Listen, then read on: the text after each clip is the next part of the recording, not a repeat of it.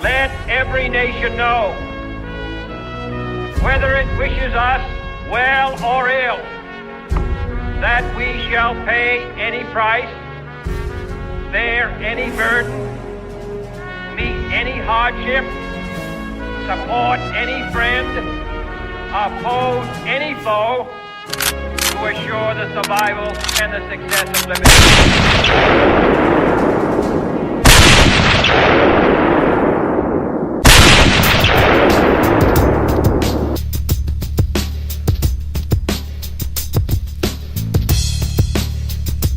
What up, what up? This is your boy Rob Clark welcoming you to the 22 November Network. Get ready for another exciting edition of the Lone Gunman Podcast featuring me. That's right, your boy Rob Clark coming at you. Stay tuned. Be right there.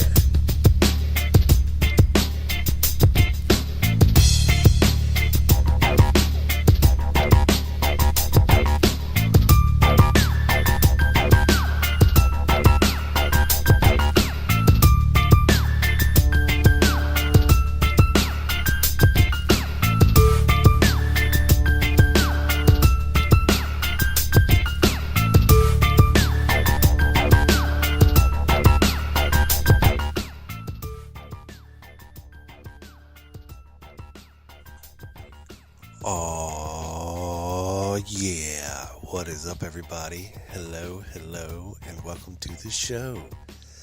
Episode number 4 of the Lone Gunman Podcast is now fully in effect.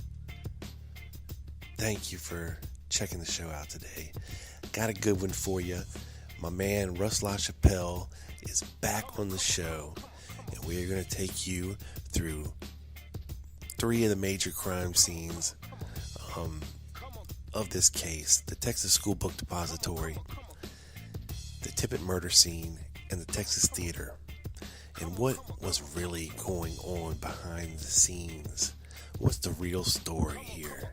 Well, we're going to try to put it together for you. Please do enjoy my man, Mr. Russ LaChapelle. And today, I have a special guest returning to the show, Mr. Russ LaChapelle. How you doing, Russ? I'm very good, sir. How are you? Doing quite well today. And for those of you who didn't hear Russ the first time, go back into the archives. It's about 5 or 6, 7 shows ago. We talked a lot about the medical evidence. Today, we are going to get into a little bit about the Dallas Police Department. Several key players located within the Dallas Police Department and the obfuscation that they were pulling that day. And we're going to get into a little bit about Gerald Hill, I believe, and a couple other people. So, Russ, why don't you kick us off, sir? Well. What we have here is the repetitive theme, basically, that we discussed as the premise by which the medical evidence was kind of changed or made to look differently. We have obfuscation here, and there's a bit of compartmentalism involved in this, but in a different fashion because you got the good old boys club involved. Many of these Dallas officers were pretty much started in the time period shortly after World War II, in a time period before the formulation of the CIA, really in the OSS time period. So you had connections to some of these people back before the Truman Doctrine. So these guys are, they're doing their thing, and it's a different kind of thing going down at that time in Dallas. And you have a couple of people that really everybody bowed down to there because they were known as very good investigators. You have Bill Decker and Will Fritz as key players that, nothing really got done until, all these people really did their thing. And, of course, these other players were in there at the same time.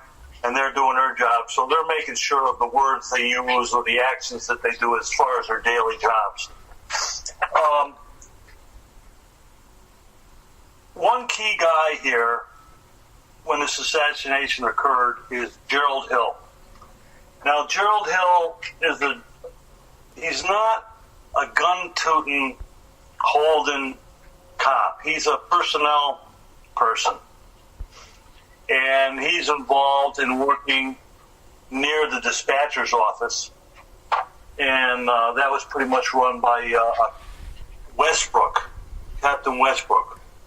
Right, he's more like an organizer type, right? Yeah, they're involved in any kind of things that would go on as far as the police and gathering information on a personnel basis, and then anybody that would come in from the street or whatever, that information is all gone through in that thing. So it's an administrative type situation. Gotcha. So you have the assassination occurred, and there was a lady working in an office by the name of Kinney, who was seen as, at least identified as, the first one that really heard something about the president being shot. And it started spreading through the office, and people didn't realize or didn't want to think that it happened. But eventually it came out that it did happen, and there's a lot of stuff going on as far as like who really found out that everybody had to converge on the corner of Elm and Houston, and the description of who made the shots and the timing situation there, which is very close to probably between 4 and 6 minutes after the assassination occurred. Right. So you can work from that time period, and you have to imagine people running around in the office and they're trying to figure out what they're going to do. And a gentleman by the name of Gerald Hill, working there as an administrative person, he got involved because he said, well, I'm going to go, they're going to need help. They're going to send all these people down there. So he goes down to the basement and finds an officer, uniformed officer by the name of Jim Valentine, driving car 207. Him and Hill and a news person, Jim Hill, were down in the basement there, and they all got in the car, and they drove from just basically one block. Now, what's interesting is Hill in his testimony says that they got a little bit delayed because there was some kind of a tie-up on the street, but it's hard to imagine that this really did happen because he's the only one that mentions that. And the reason why I mention this is because it adds time to the timeline as far as their arrival at the corner of Elm and Houston. Right. But nevertheless, this is a part of the story that makes this a little more complicated, and this is why the obfuscation can possibly be to the advantage of certain people who I believe are kind of directing many of the events that are going on. So the three of them get to the corner, and that's documented. You can see it on the Cooper film. You see Hill getting out on the passenger side, Jim Valentine still in the car, and then shortly afterwards you see Ewell get out of the car also.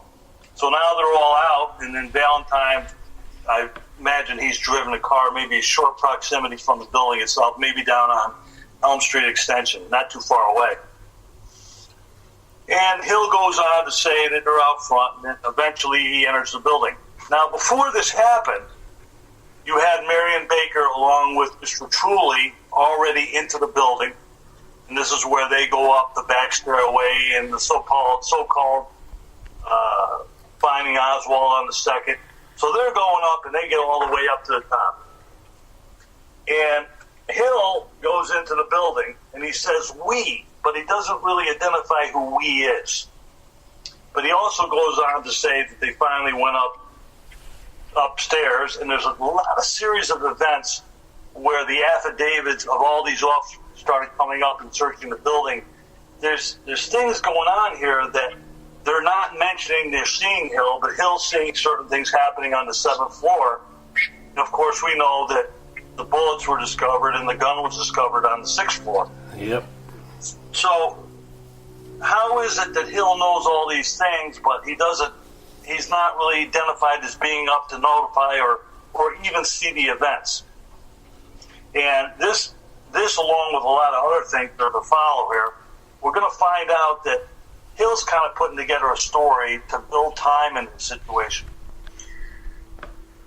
So what Hill is saying is that he leans out the window, and this is seen through photography, and in that he's announcing that we found the sniper's nest. Now, Hill always uses the word we, but he's not identifying people until afterwards. And seemingly he puts the story together afterwards when he's giving testimony or interviews to follow. And he's saying that, and the documentation is that Mooney, Officer Mooney, Detective Mooney, he was the one who found the bullets. Well, we do know that Craig was up there too. Now, Hill mentions that he tells Mooney to stay with the shells and don't let anybody touch him and this and that. And he said there was another deputy sheriff there. He didn't know the name. But what's very, very interesting here is that Mooney never identifies that Hill was there. And Craig, Deputy Sheriff Craig, has said that him and Mooney, followed by Boone, went up the stairs together. Right. So this puts Hill up on the 6th floor, at least by himself.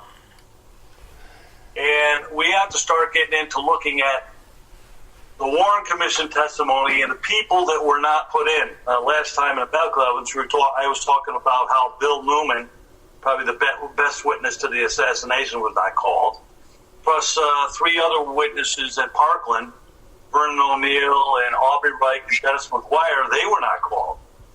So they're covering through obfuscation in these areas. Well, one interesting man, another man who really shouldn't have been on site, Assistant DA Bill Alexander, he got over to that school book depository at one point or another. And if Hill's identifying we and Mooney's not there, then who is we? Right. Well, Craig identifies that as they were coming up the stairs, 2 men dressed in suits were coming down.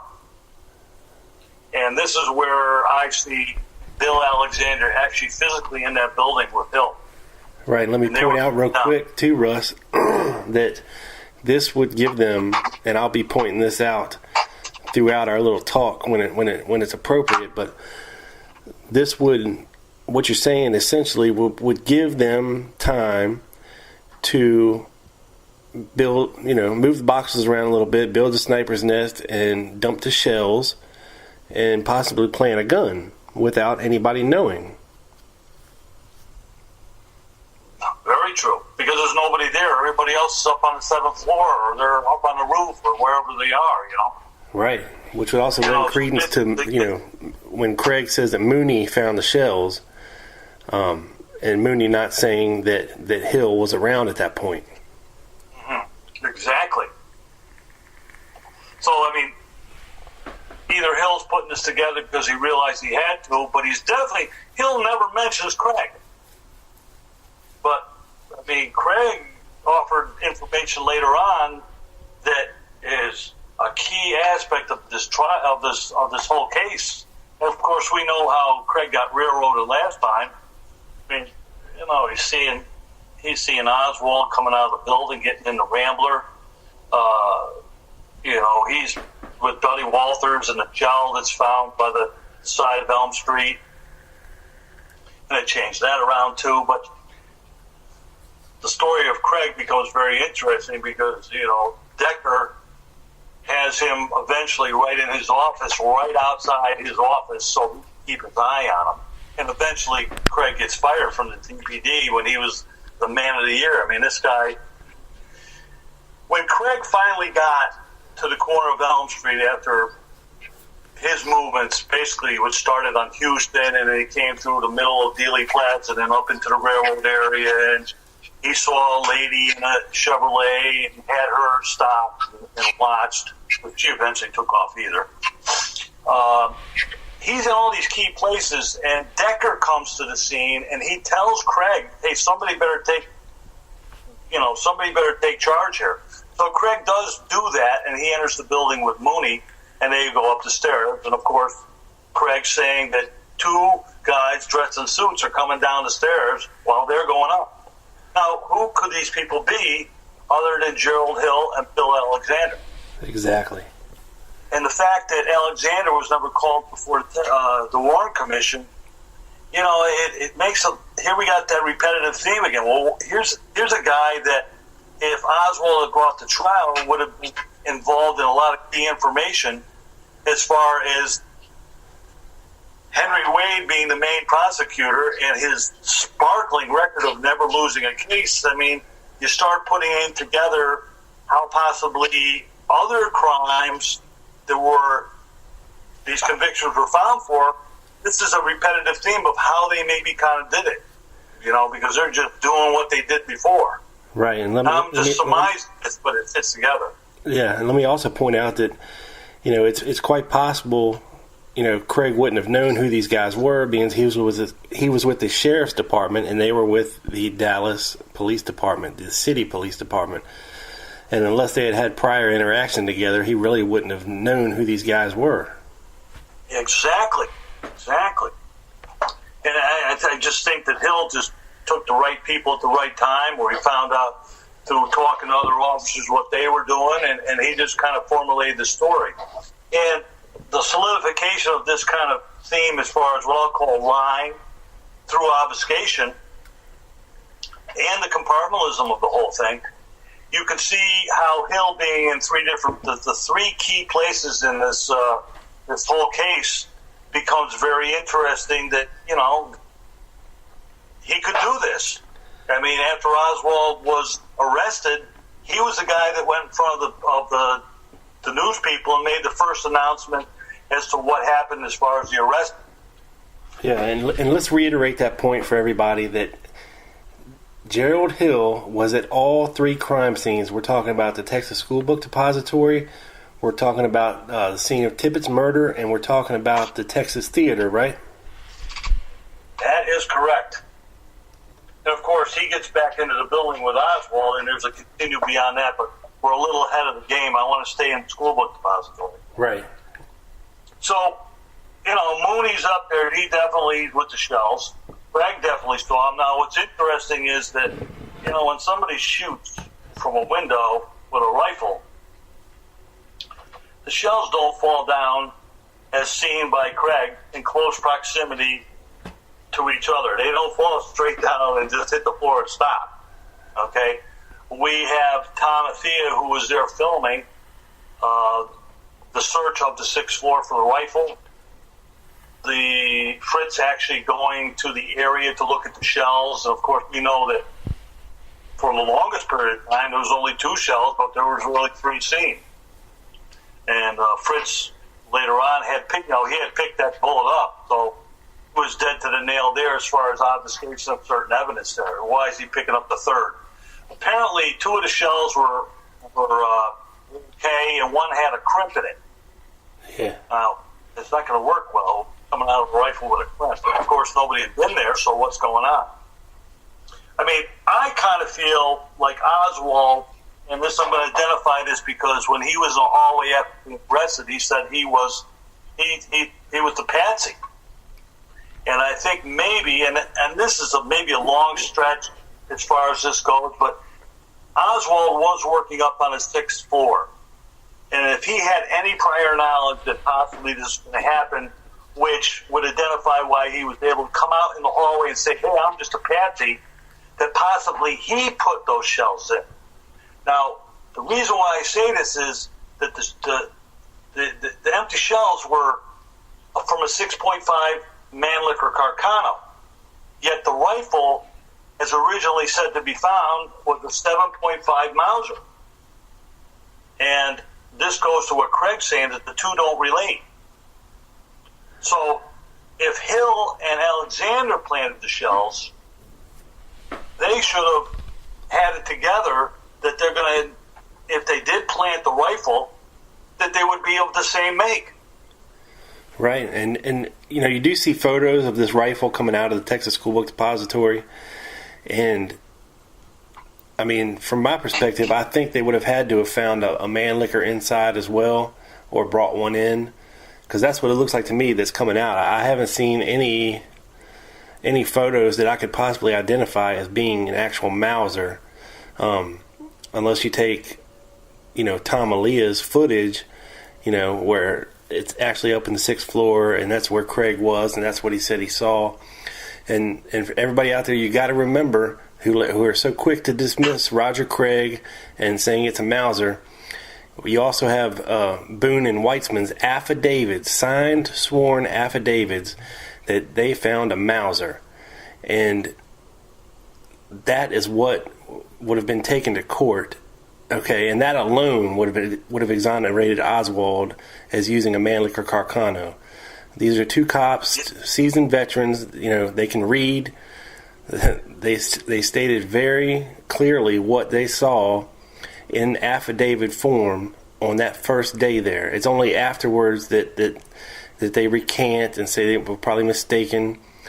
But we'll probably get into what happened to I think it was Seymour Weitzman. And what happened to him a little later. But go ahead, Russ. I'm sorry. Yeah. One other thing that Craig had mentioned was that when Weitzman identified the Mauser, that Fritz agreed. Okay, now, if Fritz has got one of the bullets or 6.5 in his pocket, later on we got a big problem, because Weitzman's affidavit, I think that Boone's also was. They were both on the Saturday after, the day after the assassination. They're signing these affidavits. It's a 7.5 Mauser. Yep. So, I mean, there's a real big problem here when you see a Carcano going out of the school book depository and Day doing his thing to identify all this stuff, and you got all this information that's related to a 7.5 Mauser. So what's going on here? I mean, it's just insanity. But let's get away from that. So what I see is Hill's up there, probably with Bill Alexander. They're coming down the stairs, and they come down to the sidewalk, and there's a lot of things that go on as far as talking between the news reporters, and then you have one of the head guys at the scene was Sawyer down at the sidewalk. And he's starting to petition all these things, and you get the call that there's an officer been shot in Oak Cliff. Now, if you go to the affidavit of Jim Valentine, he says that he received his keys back at the end of the day. And we also have Hill saying that he went out to Oak Cliff with certain people, Owens, Bill Alexander, and I think Bill Ewell was with them too. But the trouble is that when you start identifying affidavits and testimonies, Owens never says that Hill was in the car with him. And Bill Alexander in certain interviews never mentions Hill in the car with him. But car 207 isn't at the school book depository anymore. So if Hill wasn't with Owens and Bill Alexander and Jim Neal, how did he get out there? Right. And let's go to Earlene Roberts. Earlene Roberts is a housekeeper at 1026 North Beckley, and she identifies that Oswald came in, changed his clothes, went back out, and then she saw him standing waiting for the bus. Now, in the intern, while Oswald's supposedly in that house, she hears a toot-toot and looks out the window, and she sees a Dallas police car. Now, let's put it this way. The newsmen came in that afternoon, and she identified that car as 207. And then miraculously later on, she gets all confused, and now it's different numbers. And I thought she identified it as 107. Well, she did later on. Okay. She did later on, but her initial observation in the afternoon to the news reporters, and this has all been covered up too, is that car was identified as 207. So if it's car 207 and Valentine by his affidavit, stayed at the school book depository and didn't retain his keys until at the end of the day. And it's not clear what really happened there, because he's inside the school book depository doing the job that he was assigned. So you have compartmentalism in that fashion.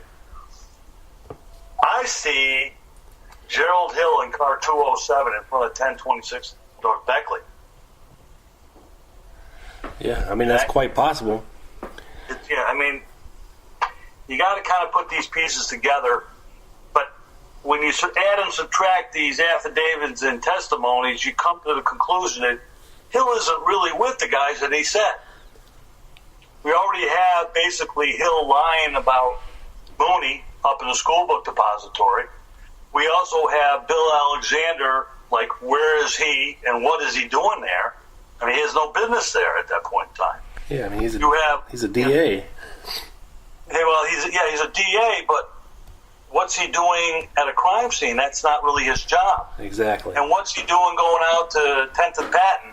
And what's he doing at the school book depository? They have all these administrative guys that have nothing to do with the case, but they're still involved in the case at the beginning stages. I mean, you have detectives and beat cops driving squads to these places to make arrests or whatever has to be done. Remember, these administrative guys are going in the school book depository where they think a shot was fired, and they don't have any guns. Yeah. I mean, they're putting their life on the line without a gun. I mean, it's kind of strange to think about. So you have to consider the fact that there's got to be something maybe going on other than what's going on. So, I mean, I see Hill tooting that horn in front of 1026 North Beckley. And I also see that what Earlene Roberts saw as Lee Oswald was not Lee Oswald. I believe it was Larry Crayford. I've felt this for a long period of time based upon testimony and Larry Crayford knowing Tippit. He's knowing Jack Ruby. And he's kind of evasive in his, in his testimony. You're getting the opinion, hey, stay away from me. I don't want to get involved in this. Okay. And let me give you a little nugget, too. When I talked to Greg Parker, of course the show hasn't aired yet, but, and this is not a spoiler, because the show will have already been out by now, when people hear this, but he's come to the conclusion that, like you, that Oswald never was staying at Beckley. There was somebody registered there under the name of O.H. Lee, but there was also a guy staying there named Herbert Lee. So, and I don't buy the story that Larry Crayford was living in the Carousel Club. You know what I'm saying? I'm sure Ruby would have set him up with somewhere to stay, a rooming house, which is kind of appropriate for the type of person that Crayford was. And but yeah, go ahead. Yeah, well, just to give a little more potency to what you're saying here, Earlene Roberts is the sister of Bertha Cheeks. Now, Jim Garrison was hot on investigating Bertha Cheeks because of her association in business matters with Jack Ruby. Right. So that's just a little bit, we can't really pull it fully together, but you're starting to see how there could be possibility because all these people know each other. What is going on here? Yeah.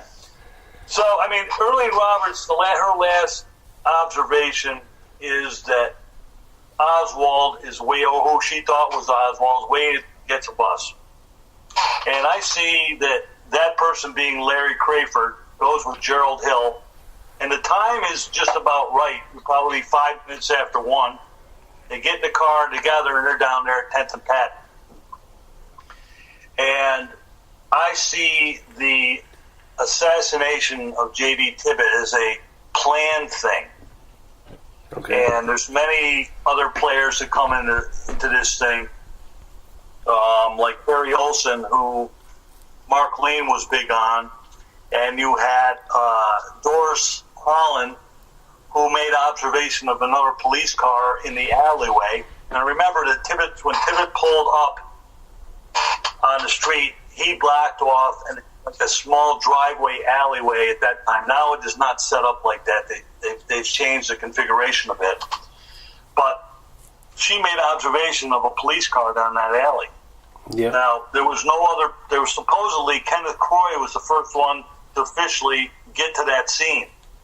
Yet we have observations of police cars in an alleyway, and that could be a timing aspect where I see Hill in car 207 coming around the back, and he's in that alleyway. Now we go to Aquila Clemens, who was never called before the Warren Commission, and she's making observation of a short, stocky guy, which could match the description of Gerald Hill. And she's also matching him up with another guy that was at that scene who was tall and kind of thin, who I see as Larry Crayford. Right. Now, hang on a second, Russ, because I just had a slight epiphany here. You were saying that you think that the murder of Tippit could have been planned. What about this scenario? Because we have reports of Tippit, of course, waiting at the Glocco station there across the viaduct on Houston Street.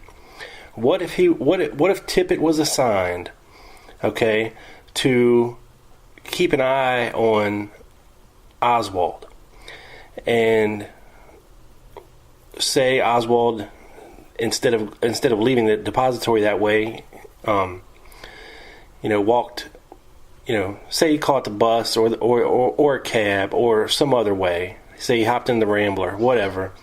Anyway, Tippit waits there and never sees him come. All right, so Tippit's panicking, and because we have the report of him going in the top 10 records, right? Making a phone call, nobody answers, or if they do, he doesn't say anything. Okay, so what if Tippit was assigned to track Lee Oswald, to keep an eye on him and exactly where he was? And what if Tippit met up with Gerald Hill and Larry Crayford at or say they ran into each other, or it was a predestined spot to meet, and they were pissed because he lost Oswald. Could be. Or well, not only that, we know that Ruby, in this fact of the whole thing, he knew a lot of people in here. Harry Olson, right? Who I would have to say he was probably there too. Although his excuse was he was watching some of the state in the nearby area, but there was a lot of information you could pull in with Harry Olson, who shortly after all this stuff, he took off to California, I guess, and eventually went to Las Vegas. So he's out of town. Larry Crayford had to be brought in to give his Warren Commission testimony. So these guys are all trying to escape this thing, to try and stay away from something. There's something going on here. Well, Larry Crayford left town in a hurry the next day.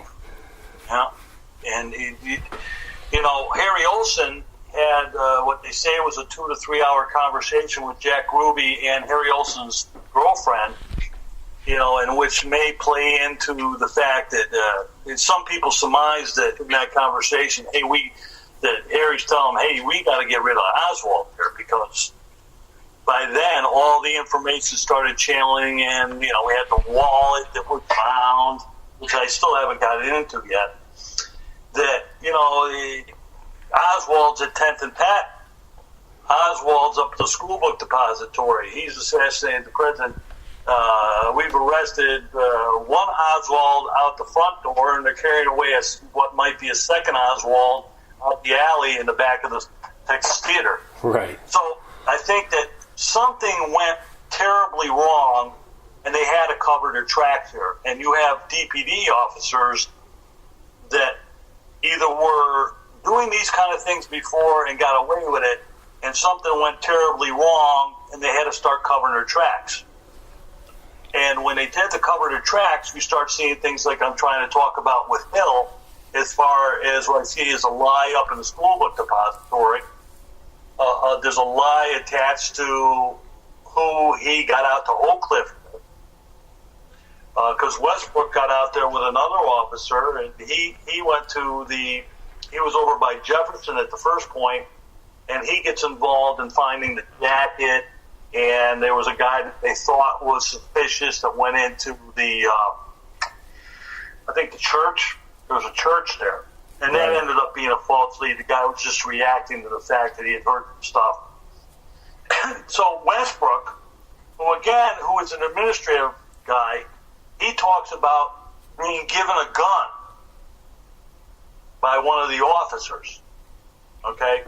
And he's in that area of the alley off of Jefferson that they're trying to find this guy who they say was leaving the crime scene. Now, of course, Westbrook is coming in after the fact, so at that point, there's no way for all these guys to communicate with each other. And this is why I think something went wrong there, and the right hand and the left hand that used to work together don't quite know what's going on. And, of course, we have the videotape that from the local TV station that shows Warren Reynolds with Westbrook, and they're looking at this wallet. Yeah. And contained supposedly within his wall is 2 forms of identification linking Oswald and Alex Heidel together. Yeah, how convenient is that? You know, it's a really strange thing to look at, because Westbrook eventually he ends up in the Texas Theater also. So how do we make sense of all this other than the fact that something had to be terribly wrong? Something is not right here, because they all eventually, including the FBI agent Barrett, who was at 10th and Patton, he ends up at the school at the Texas Theater. Hill ends up at the Texas Theater. Bill Alexander ends up at the Texas Theater. Westbrook ends up at the Texas Theater, and they're all coming into the building in different fashions or different times. Some of it is not clear, but we know Westbrook came in from the back. We know Hill came in through the front, and his initial climb into the building was that he said he went and searched the balcony, and he didn't find anybody up there. Right. Although there is citation that says that there was an Oswald, or there was a gentleman arrested from the balcony, which Hill said he already searched. Yeah. Okay. So, but now they're all converging, and then there's the actual arrest that happens in the seats. And McDonald's in the tuffle, he's the first one that goes down. And then you have all these cops converging, and I think even one of them thought that they had one handcuff on Oswald, and then apparently there was so many hands in the pie there that, they almost handcuffed one of the officers. Of course, Bill Carroll has said that he's the one that took the gun out of Oswald's hand, or it dropped to the floor, or he got the gun. There's conjecture there too. And so we have Bentley involved in this, and he's caught in photography. A beautiful shot outside the school book, outside the Texas Theater, and you see Hill in the background, and Bentley's chopping out a cigar, and another officer by his side, as they're putting Oswald into the backseat of the car that eventually takes him back to have his formal arrest. And we now have Bob Carroll driving that car. We have Gerald Hill in the front seat, and Gerald Hill says that Carroll gave him the gun that was taken at the arrest inside the theater, and gives it to Hill. Carroll's involved in that, but there's a little bit of obfuscation there. The stories don't align. But from what we can see now, the gun was handed from Carroll to Hill. So now Hill has the gun that supposedly, when they put this whole charade together, that Oswald used to kill Tippit. But we have a bent firing pin that don't work. We have other things that come along that just don't fit together. How are you gonna shoot an officer when the mechanism for the gun don't work? But then later on, more stuff comes out. But in the back seat, we have Bentley taking a wallet from Oswald, with the same kind of identification that we have being pulled out of the wallet. It's found 10th and Patton. Now, nobody has two wallets that they carry around, so what's the right story? Yeah, nobody drops a wallet at a murder scene where they just killed somebody either. Well, the chances are less. I mean, maybe, if he was trying to escape quick and, things happen and he, had to get out of there, it's possible. But what man carries two wallets? Right? And you can't. He'd say he drops one at 10th and Patton, and he also has one taken out of his person in the back seat of the police squad while after he's been arrested. I mean, I don't know anybody who has two wallets. Well, I could see possibly if one wallet only contained Alex Heidel identification and information, and one wallet was Lee Oswald only stuff. But you got both wallets being found with both kinds of identification in both of them. Yeah. It makes you think that there's one story that's not right, and which one is right, I don't know. I think FBI Barrett thinks that because he saw the wallet at 10th and Patton, he believes that the wallet that was taken in the back of the squad never happened. He's basically calling Bentley a liar. Well, I mean, if it did happen, then you gotta assume that the one found at 10th and Patton was an obvious attempt at framing Oswald. Yes. And who brought that wallet there? Possibly Larry Crayford, if he was impersonating Well, Oswald. there you go. Now you're back to why I think that it was not Lee Oswald at 1026 North Beckley. And that also explains the honking, because Hill is not going to. If you assume that Hill is driving that car, or somebody's driving that car, because Earlene Roberts saw the car, saw the squad. Okay, whether you want to believe it was 206, 207, car 5, I don't care what number you want to assign to it. There's a cop outside that conveniently at the same time that the so-called Oswald is in 1026.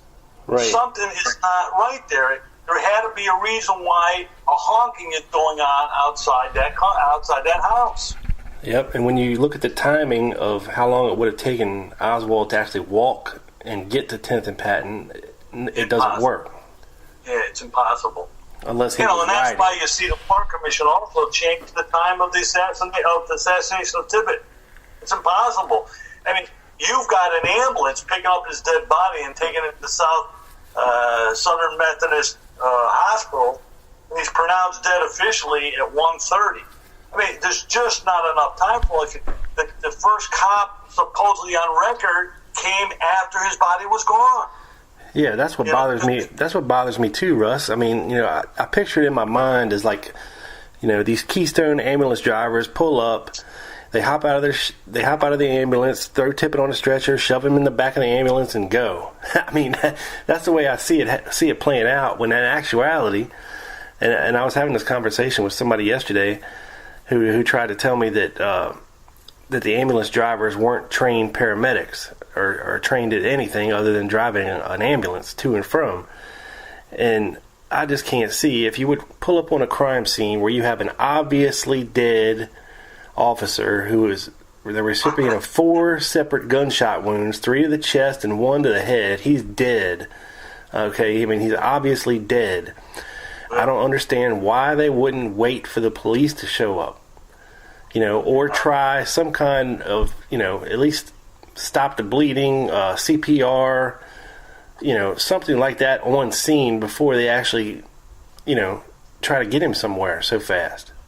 Well, again, this is orchestration. It's more that applies to the theme of what I'm talking about here.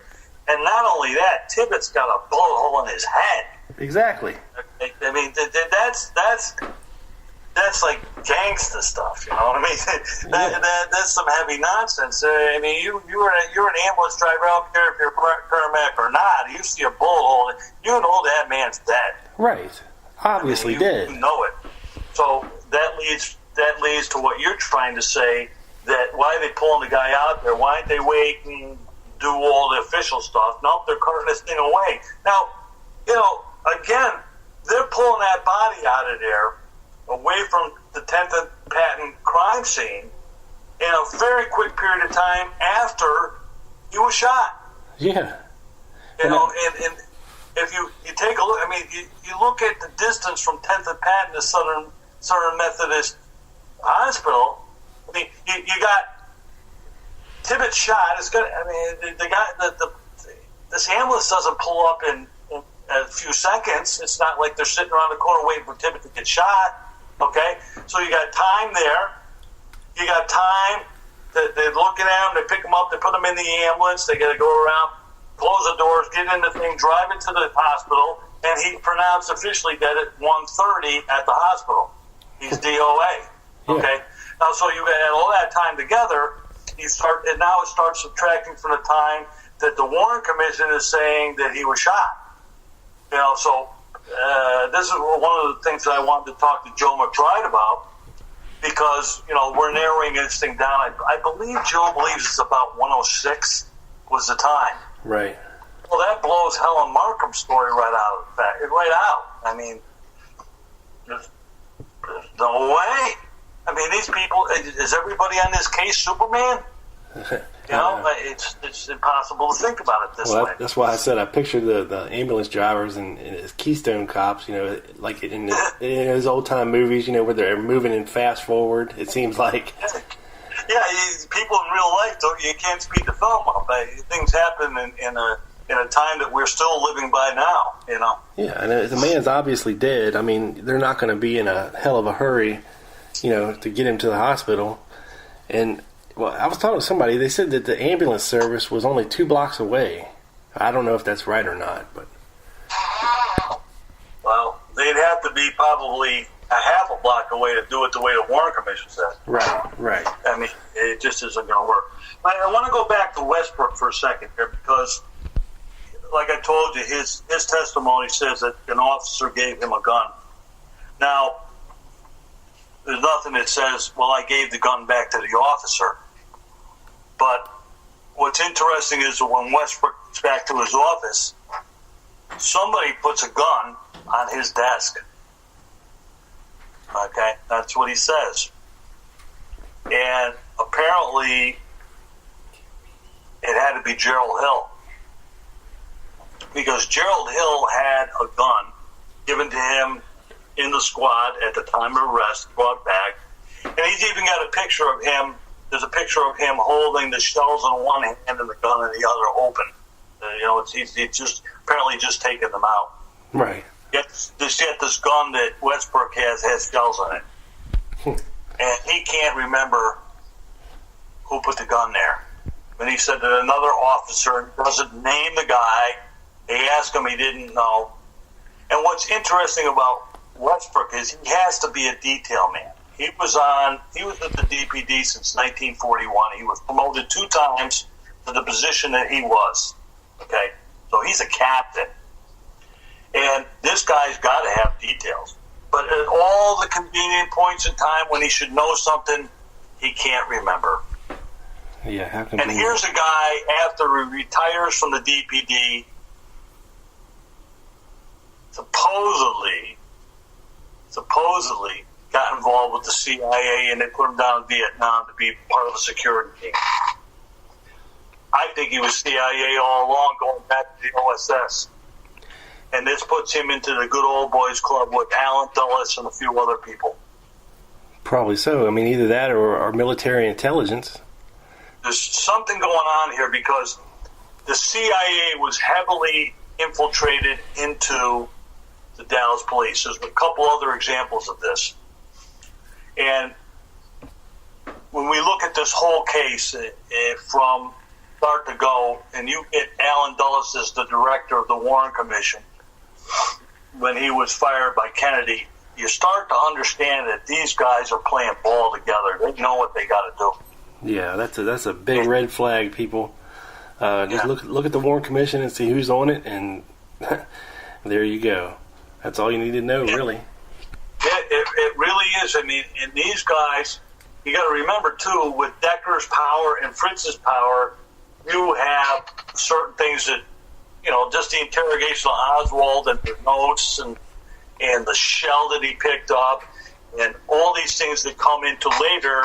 And this even leads credence to why Craig was fired from the DPD, because he knew too much. And then, you can say it as you will, all these little accidents that he had. To me, they're trying to figure out a way to get rid of him. Just like they did, Buddy Walters. Buddy Walters was so up Bill Decker's ass, it wasn't funny. Yeah. He wanted to be the next guy. He was Bill Decker's boy, and he ended up in a mysterious accident. He's the guy that was right there when that supposedly FBI guy picked up that shell, supposedly, I think, a .45 caliber. Right. And they're trying to say the projection of that shell was somewhere coming from the intersection of Elm and Houston, and it was obfuscated back when it really came from what they say is a knoll. Now, this goes back to part of our conversation that we had before about the shooter on the knoll, and that might be where that came from, Bob. Yeah, and also Weitzman. What happened to him? I think he ended up in a mental institution towards the end of his life, and he met an early demise as well. And yeah, these guys, they might be able to get like Weitzman. They got him to change his story. He went on CBS and he interviewed, I was mistaken, blah, blah, blah, blah, blah. Right. They didn't go after Boone. For some reason, I think they just kind of quieted it up. You got to remember that all those boxes that are available to us from the DPD as far as their affidavits didn't become available till the mid-'70s. Okay? So a lot of that stuff didn't come out till later on. Right, and most of it didn't see the light of day until, 1989, I think it was? Yeah, well, I think that was part of the Assassination Review Board's stuff, if I'm not mistaken. Well, that was a little too early for that. Yeah. But maybe getting it online was. Mm-hmm. I'm not sure. It's in that same time period, though. It definitely is. You had somehow or another that information came out, whether it be through the Assassination Review Board or through Freedom Acts. Yeah, because I was trying to think back when Ray and Mary LaFontaine had access to those DPD files. I think it was '89. When they did get access to them, I don't know if they'd probably been open, like you said, for years before that, and nobody just bothered with them. Yeah. I've always been a guy that felt that if you're honest, if you stay honest, you don't have too much to worry about. People try and say this and say that to make you look like a liar, but eventually they've got to tell lies to get that too, So eventually a liar is brought out through it. This is where Hill is one of the key central players in all these things, because he's at the three places. And he was the guy that announced to the newsmen after Oswald was brought in the first step of this whole thing. So that begins the orchestration of the media. And then the media is playing ball. And, if you watch all the major networks, watch their presentation during that time the assassination occurred, you start seeing all this information. They were talking about Mauser first. And then they finally had to come back and say, well, no, it wasn't a Mauser, it was a Mannlicher Carcano. The FBI gets involved, something goes up, and then it comes back. And then you have Paul Grody, who says the FBI came, and now mysteriously on that Monday, they have fingerprints on the gun. It's all after the fact. Right. It's just... And then, of course, the Warren Commission comes along with Dallas as the director, and then basically he's directing where the information goes, But I just see it very important to understand that these guys that don't get called in this to the Warren Commission, they are the guys that you have to look at. And I think this fits into Mr. Joe McBride's idea that you look into, I guess he really got it from Penn Jones, that you look into the areas that are least investigated, because those are the things that are really going to tell you what's going on here. It's kind of strange that they did all this stuff as far as the assassination and figuring all this out. But as far as looking into who killed Tippit, the Dallas police just kind of, this is one of their own guys. And they give him a memorial service and a big funeral and all this other stuff with his wife and this and that. But they really never go anywhere with it. Right. They did a very, very shitty job of actually investigating that and nailing down exactly what happened. Yeah, well, plus Harry Olsen taking off. Yeah. I know Dusty, SR Dusty Road, he's been on the trail of Harry Olsen, and hopefully is going to be interviewing him soon. So we'll see where that leads. I think that his idea of who was at that 10th and Patton's a little bit different than what I'm presenting here. Right. I'm not sure that he's really into this Larry Crayford really being a guy at 1026 North Beckley. But, Larry Crayford being that person really starts to pull together a lot of the stuff that makes sense here. Yeah, it definitely explains a lot. And, when you're looking at Larry Crayford, and there was also, I believe they were at the B&B, they were seen together, him and Ruby, very, very late into the evening on that Friday night. Yeah. Possibly conversing about how things were going to go the next day. And, the events of early Saturday morning before Crayford actually left town, where Ruby grabbed him and George Senator and was riding around taking pictures of billboards, if you believe their story. I think they were trying to best parse out how this was going to go, and eventually settled that, Oswald was going to have to die. And Crayford probably's like, all right, I'm done here. I'm getting the hell out of town. Peace out. See you later. And Ruby's like, all right, just take whatever cash is in the register and get the hell out of town. Yeah. Well, one other key point here, too, is that Fritz and Assistant DA Bill Alexander went to Ruby's safe deposit box. Supposedly there was nothing found in there. Right. Supposedly. Okay, now, going back to the school of thought here, as far as the power of these gentlemen, either they found something in there and it went away, okay, I don't know. There has to be a reason why Ruby on national TV would kill somebody. Right, when we have... That's insanity. Yeah. That's insanity for someone to do that. Especially someone who has never done it before. I mean, if you're a natural born killer, if you're that kind of person in general that would be able to kill people at will,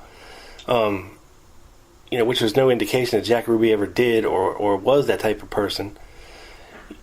To take another man's life for seemingly noble reasons just doesn't fit in with anything that Jack Ruby ever did before that point. Now, the association of Tippit, Oswald, and Jack Ruby, it's not very clear, but if you want to go with the fact that they all knew each other and some of the reasons certain things are happening, I mean, Tippit was supposedly painted as this, wonderful husband, and, he'd been with the force a long time, but he was never promoted. There's been some information or, say, rumors that Tippit was involved in drugs at some point or another. And if you want to go there, the association with Ruby, I've heard rumors of that too, because Ruby was into so many things. Gun running. Drugs. Everything. And women. And so that might be where that all fits in, and maybe Tippit got caught with his pants down or something, and they had to get rid of him. That's another aspect of possibly too. Yep, and a good resource for people out there to check out. I ran across a good book. I don't know if have you ever read any of the early researcher? I think his name is Joachim Joosten. Well, I've read some of that stuff. What I've made a point to, Rob, in my time investigating a lot of stuff is not to read too many books. Right. I've been basically into the commission, okay, which I explained the last time we talked, and then studying everything that happened as far as the official investigation went, okay? You know, the different committees and this and that, and just watching time associated with it, and what I call is theater associated with it, to come to the conclusions that I have. Right. I think some of these writers, and I'm not trying to put them down, but I think some of these writers channel their information, or did channel the information before it all came together. You know. Yeah, I mean, they have to backtrack on some of the stuff they did. So I just kind of take it along to the point where it's accumulated to where I think, you know, like 5 years ago, I pretty much came to my conclusion about all of these things, putting them together. And I think last time I said the only thing that really changed any of my ideas was Sherry Feaster's work about the triangle associated with the blood spatter evidence. But now we got to get into the stuff that's coming out with the Zapruder film not being quite on the level. So that isn't a done deal either. Okay. Right.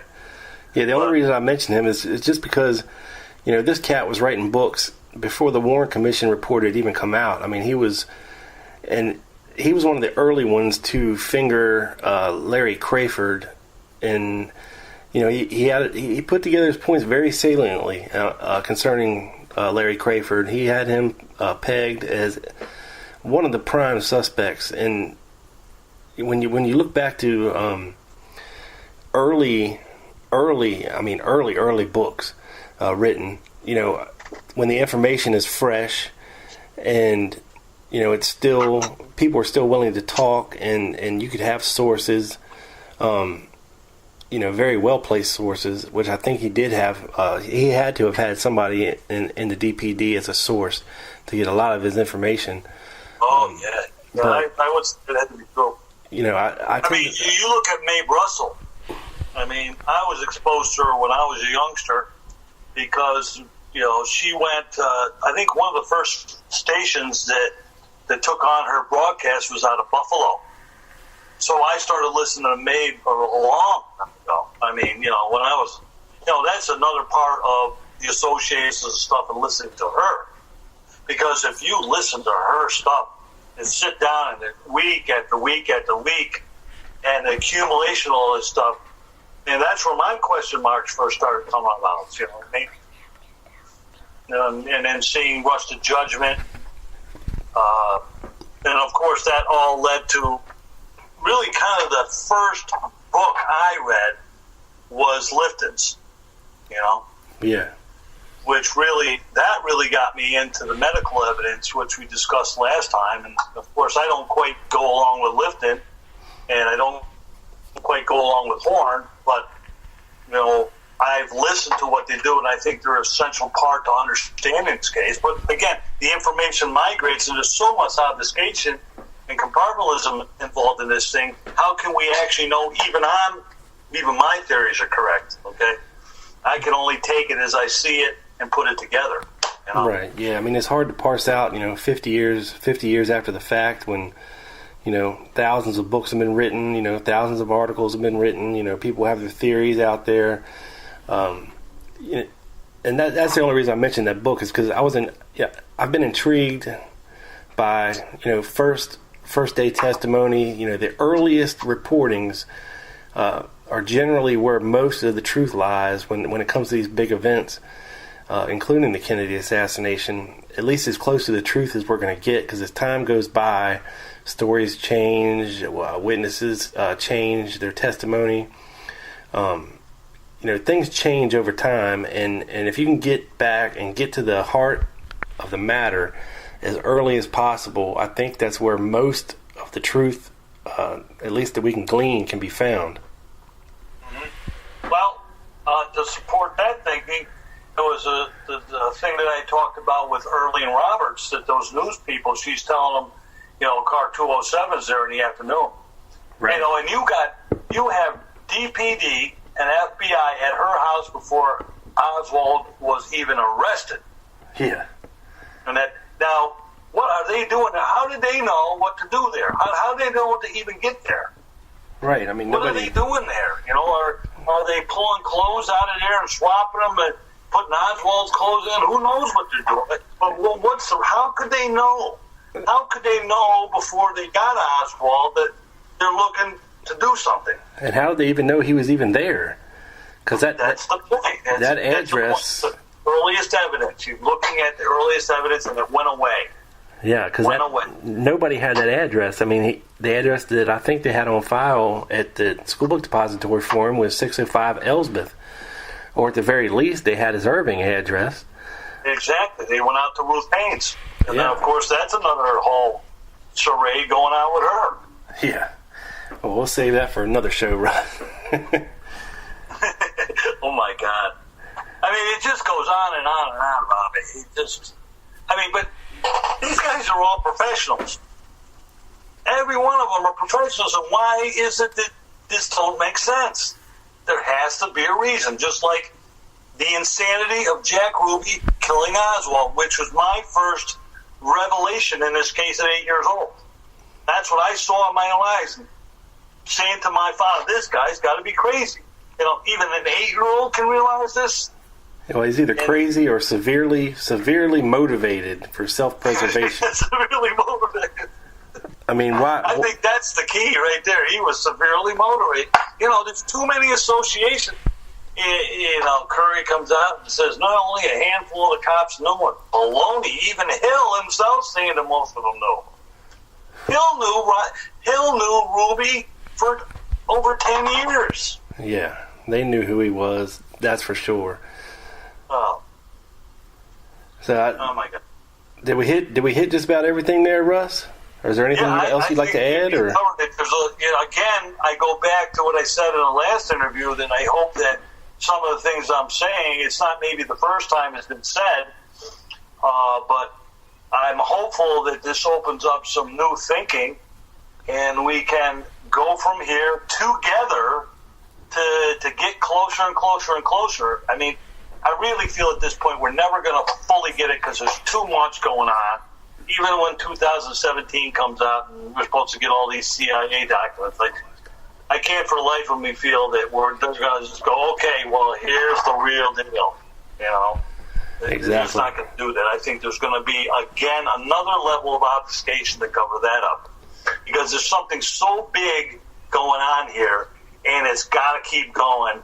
And it's got to cover the tracks of all the other things that happen afterwards, which we discussed in the medical evidence one. It's just never going to come clean. But, boy, we sure are a lot closer than we ever were. That's for sure. No doubt, no doubt. Well, thank you, Russ, for coming back on the show, man, and talking about this. I think a lot of people will find this useful and will do like you said. At least it will give them something new to think about, a different way to look at the case and some of the aspects wrapped up in it. And, dude, I appreciate it. Absolutely. I'm hopeful to speak to Joe McBride here in the next month, and maybe he'll even hear this podcast and hear some of the things I've said. That'll give him a little bit easier perspective, because I was hopeful to talk to him in person. Right. And maybe there's some other things that go on. I think that, maybe you even might want to try and talk to Joe at some point, try to interview with him. Because he's the guy who really, really looked into this deep. Another guy possibly would be Bill Simpich. He's heavily on Westbrook. Yeah. What's going on with him? And those would be two good guys for you to speak with, because they really look at this thing for what it is, I think. I mean, really, it's my opinion, but, a lot of this stuff makes a lot more sense than it ever did before, It certainly makes a lot more sense than the Warren Commission could have ever given us to it. Yeah, I mean, well, Joe reached out to me several months back before I was even doing guests, and I explained to him, because he said he would have no problem coming on the show and talking about it. But it was at that point that I really wasn't equipped for guests yet, and now that I am, I'm gonna take your advice. I'll send this show to Joe, see if he can listen to it, and see if he'd like to come on and talk. And hopefully in the future, Russ, short future, you'll come back on and we can get into something else. Yeah, certainly. I've certainly looked at this, even beyond the association of the events surrounding Dealey Plaza, because there's also intriguing events that happen into Watergate, and then my basic feeling is that it all kind of ended with when J. Edgar Hoover was kind of carted out of his place at his death. You know? Exactly. That's really where the end all of all the players that had to be involved at the level they were taken out. And there was a new after that, you know. Yep, sounds good. Well, I'll have you back on here in a couple weeks, and we can get into Watergate and the untimely demise of Hoover, and anything else you want to talk about. Sound good? That sounds fantastic to me. Always welcome to try and push this case a little bit further. Cool deal. All right, people. Well, that's about it for today. I thank Russ LaChapelle again for coming on and talking to us today.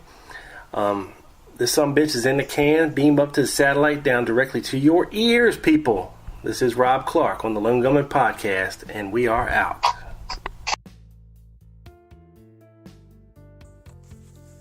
Make sure you tune in next week when my special guest, Charles Cliff, comes on the show and we get into the Garrison investigation full bore. You won't want to miss it. Thanks for listening. Till next time.